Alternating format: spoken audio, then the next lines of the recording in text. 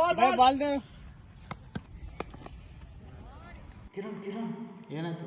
ಅಲ್ಲಿ ನಿತೀಶ್ ಆಕಾಶವೇ ಬೀಳಲಿ ಮೇಲೆ ನಾನೆಂದು ನಿನ್ನವನು ಭೂಮಿಗೆ ಬಾಯ್ ಯಾರಿಗೇನಾಯ್ತು?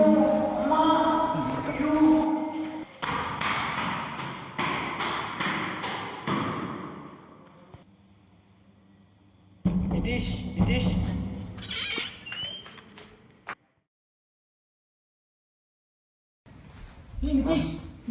ಏನಾಯ್ತು? ನಿತೀಶ್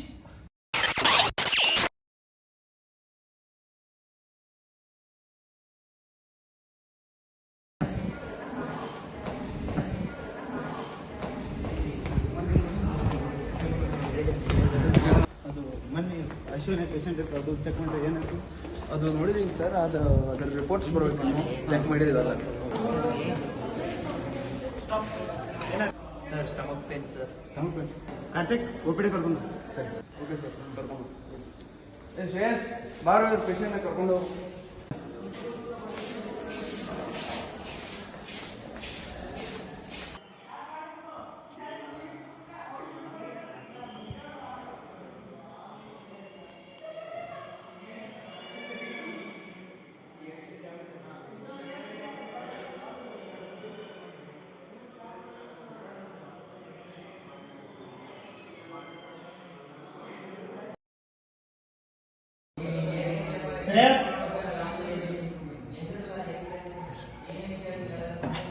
ನಿನ್ನ ಕಡೆ ಪೇಷಂಟ್ ಬಂದಿತ್ತಲ್ಲ, ಆ ಪೇಷಂಟ್ ಕರೆಯವರು ಇಬ್ರು ಬಂದಿದ್ದಾರೆ, ಅವ್ರ ಕರಿ.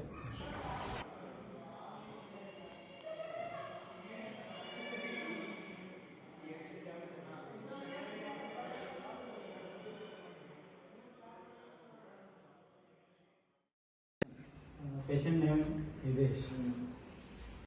ಅವನಿಗೆ ಏನಾಗ್ತದೆ? 2-3 ದಿನ ಆಯ್ತು ಸರ್. ಹೊಟ್ಟೆ ಬ್ಯಾನಿ ಭಾಳ ಅನ್ನಕತ್ತಿದ್ದ, ಬಿಟ್ಟು ಬ್ಯಾನ್ ಅನ್ನಕತ್ತಿದ್ದ. ರಾತ್ರಿ ಮಕ್ಕಳಲ್ಲಾಗಿದ್ದ ನೆಟ್ಟಗ ಒಮ್ಮಲಿಗೆ ಬ್ಯಾನ್ ಅಂತ ಬರೋದು, ಆಮೇಲೆ ಕಡಿಮೆ ಆಗದನು ಅನ್ನತ್ತಿದ್ದ. ನೋಡಿ ಸರ್ ಏನಾಗ್ಯದ ನಮ್ಗೆ ಗೊತ್ತಿಲ್ಲ. ಏನು ಹೊರಗಿಂದದು ಏನು ತಿಂತಿದ್ದ? ಬರೇ ತಿಂದೆ, ಎಣ್ಣೆ ಪದಾರ್ಥ ತಿಂದೆ, ಚಿಪ್ಸ್ ತಿಂದೆ, ಅದು ಸ್ವೀಟ್ ಮಂಚೂರಿ ತಿಂದೆ, ಇದೇ ಮಾಡ್ತಾರೆ. ಎಗ್ರೇಸು ತಿಂತಾನೆ ಸರ್, ಬರೇ ತಿಂದೆ. ವಾರ ಊಟನೆಲ್ಲ ರಾತ್ರಿ ಒಂದು ಹಾಸ್ಟೆಲ್ ಏನ್ ಹೇಳಿದ್ರು ಕೇಳಲ್ಲ. ಬರೇ ಹೊರಗೆ ತಿಂದೆ, ವರ್ಷ ವ್ಯಾಪಾರ ಮಾಡಿದೆ, ಇವೇ ಮಾಡ್ತಾನೆ, ವರ್ಷ ತಿಂದೆ ಮಾಡ್ತಾನೆ. ನೀವೇ ಜರ ಹೇಳ್ರಿ ಸರ್. ಹೇಳಿ ತಿಳಿಯಲ್ಲ. ಡಾಕ್ಟರ್ ಕಾರ್ತಿಕ್, ಆ ಪೇಷಂಟ್ ಕಂಡೀಷನ್ ಏನು? ಸರ್, ಆ ಪೇಷಂಟ್ಗೆ ರೈಟ್ ಇಲೆಕ್ ರೀಜನ್ ಅಲ್ಲಿ ಸಿವಿಯರ್ ಪೇನ್ ಇತ್ತು, ಹೊಟ್ಟೆ ನೋವು ಅಂತ ತುಂಬಾ ಇರುತ್ತೆ. ಮೋಸ್ಟ್ಲಿ ಅಪೆಂಡಿಸೈಟಿಸ್ ಇರೋದು. ಈಗ ಸಿಟಿ ಸ್ಕ್ಯಾನ್ ಮಾಡಿಸ್ತಾರೆ. ಶ್ರೇಯಸ್, ಆ ಪೇಷಂಟ್ ಸಿಟಿ ಸ್ಕ್ಯಾನ್ ಮಾಡ್ತೀನಿ. ಓಕೆ. ಈಗ ಡಾಕ್ಟರ್ ಕಾರ್ತಿಕ್ ಅವರ ಡಯಾಗ್ನೋಸ್ ಪ್ರಕಾರ ಅವನಿಗೆ ಅಪೆಂಡಿಸೈಟಿಸ್ ಪೇನ್, ಸಿವಿಯರ್ ಪೇನ್ ಇತ್ತು. ಸುಮಾರು 2 ತಿಂಗಳಿಂದ ಒಂದು ಪೇಷಂಟ್ ಬಂದಿತ್ತು, ಅವನಿಗೂ ಕೂಡ ಅಪೆಂಡಿಸೈಟಿಸ್ ಪೇನ್ ಇತ್ತು.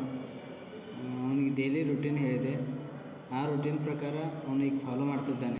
ಅವ್ನಿಗೆ ಕಾಲ್ ಮಾಡಿ ಕಳಿಸ್ತೀನಿ. ಅವ್ನು ಬೇಕಾದ್ರೆ ಅವ್ನ ಕಡೆಯಿಂದನೇ ಕೇಳಿ. ಸಲ್ಮಾನ್ ಎಲ್ಲಿದೆ?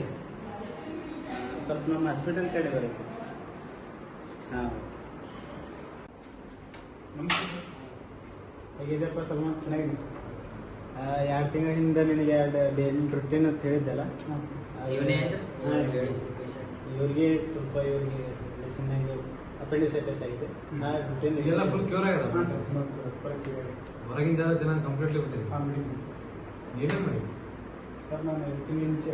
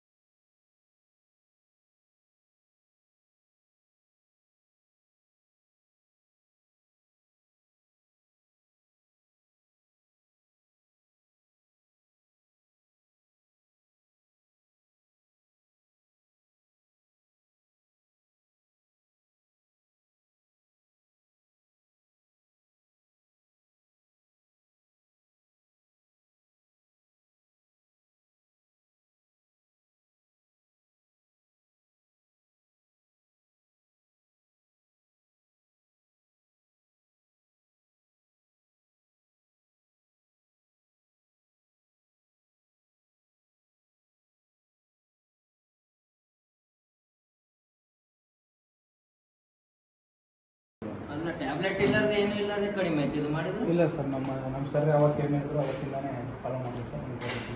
ಕರೆಕ್ಟ್ ಆಗಿ ಆಯುರ್ವೇದ ಮಹತ್ವ ಬಗ್ಗೆ ಕೇಳಿದ್ದೆ, ಆದ್ರೆ ಈಗ ತಾನೇ ನೋಡ್ತಾ ಇರೋದು ನಾನು. ನೋಡಿದ್ರಲ್ಲ ಗೆಳೆಯರೇ, ಈ ಚಿಕ್ಕ ಕಥೆಯ ಮೂಲಕ ಆಯುರ್ವೇದದ ಮಹತ್ವವನ್ನು ತಿಳಿಸೋಕೆ ಪ್ರಯತ್ನ ಮಾಡಿದ್ದೀವಿ. ಈ ವಿಡಿಯೋ ನಿಮ್ಗೆ ಏನಾದರೂ ಇಷ್ಟ ಆದಲ್ಲಿ ಆದಷ್ಟು ಬೇಗ ಜನರಿಗೆ ತಲುಪಿಸೋಕೆ ಪ್ರಯತ್ನ ಮಾಡಿ. ಆಯುರ್ವೇದವನ್ನು ಉಳಿಸೋಣ, ಬೆಳೆಸೋಣ. ಧನ್ಯವಾದಗಳು.